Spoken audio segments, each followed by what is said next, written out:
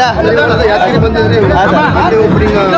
ಯಾದಗಿರಿಗೆ ಮುಂಚೆನೂ ಬರ್ತಾ ಇದ್ದೆ ನಾನು. ಈ ಬಿಗ್ ಬಾಸ್ ಆದ್ಮೇಲೆ ಇದೇ ಫಸ್ಟು ಇವಾಗ ಬಂದಿರೋದು. ಮುಂಚೆ ಉತ್ತರ ಕರ್ನಾಟಕ ತುಂಬ ಸಾರಿ ಬಂದಿದ್ದೀನಿ.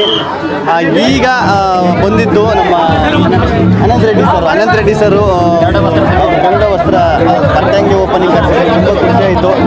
ಉತ್ತರ ಕರ್ನಾಟಕ ಬಂದರೆ ಒಂಥರ ಖುಷಿ ಆಯ್ತದೆ. ಏನೇ ಇರಲಿ, ಬಿಸಿಲು ಇರಲಿ, ಮಳೆ ಇರಲಿ, ಜನಗಳು ಪ್ರೋತ್ಸಾಹ, ಅಭಿಮಾನ ಗೊತ್ತಾಗ್ತೀನಿ. ಹೌದು ಸರ್, ಹೌದು. ಅದಾದರೆ ಬೇಜಾರಾಯ್ತು ನನಗೆ. ಏನು ಅರ್ಥವೇ ಆಗ್ತಿಲ್ವೇ ಈ ಕೇಸು?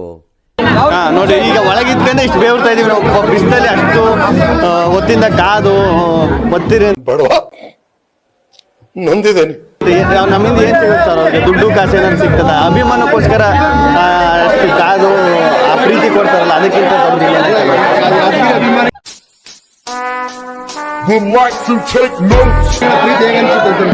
ಸರ್, ಉತ್ತರ ಕರ್ನಾಟಕ ಅಂದ್ರೆ ತುಂಬ ಇಷ್ಟ ನನಗೆ. ನಾನು ಹೇಳಿದ್ನಲ್ಲ, ಮುಂಚೆ ಎಲ್ಲ ಸಖತ್ ಪ್ರೋಗ್ರಾಮ್ಗಳು, ಇವೆಂಟ್ಗಳು ಮಾಡ್ಬಿಟ್ಟು ಉತ್ತರ ಕರ್ನಾಟಕದಲ್ಲಿ. ಅವಾಗ ಎಷ್ಟು ಪ್ರೀತಿ ಕಲಾವಿದರು ನೋಡ್ತಾರೆ. ಚಿಕ್ಕ ಕಲಾವಿದರು, ದೊಡ್ಡ ಕಲಾವಿದರುಗಳೆಲ್ಲ ಇದೆ.